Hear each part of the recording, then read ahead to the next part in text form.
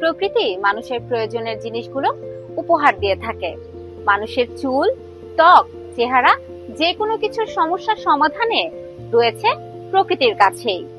আজ জানবো প্রকৃতির দেয়া এমন এক কার্যকরী ফলের কথা, যা রূপচর্চা কিংবা চুলের যে কোনো সমস্যার সমাধানে বিশেষভাবে কার্যকর। কথা বলছি কলা নিয়ে।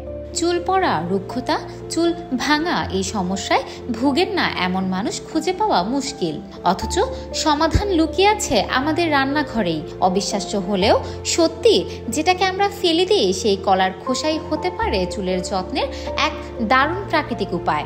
সচরাচর সব জায়গায় কলা দেখতে পাওয়া যায়। গুণসম্পন্ন এই ফলের দামও তুলনামূলকভাবে খুবই কম। কার্যকরী এই ফল যেমন পুষ্টিকর, তেমনি এর খোসাও খুবই উপকারী। কলা ভিটামিন, মিনারেল আর অ্যান্টিঅক্সিডেন্টে ভরপুর। এর খোসাতে আছে চুলের জন্য উপকারী নানা উপাদান। খোসার ভেতরের সাদা অংশে আছে ভিটামিন B6, ভিটামিন সি আর পটাশিয়াম, যা চুলকে ভেতর থেকে মজবুত করে। কলার খোসার পেস্ট চুলের জন্য খুবই উপকারী। এটি বানাতে প্রথমে কলা থেকে খোসা ছাড়িয়ে ভালোভাবে ধুয়ে নিতে হবে। তারপর ব্লেন্ডারে খুব সহজে এটি ব্লেন্ড করতে হবে।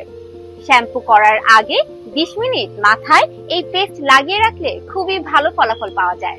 তবে শুধু কলার পেস্ট না লাগিয়ে সাথে টক দই বা অলিভ অয়েল অথবা মধু মিশিয়ে চুলে দিলে বেশি উপকার পাওয়া যাবে। সপ্তাহে মাত্র 1 থেকে 2 দিন এই পেস্ট চুলে লাগালে দৃশ্যমান পার্থক্য দেখা যাবে।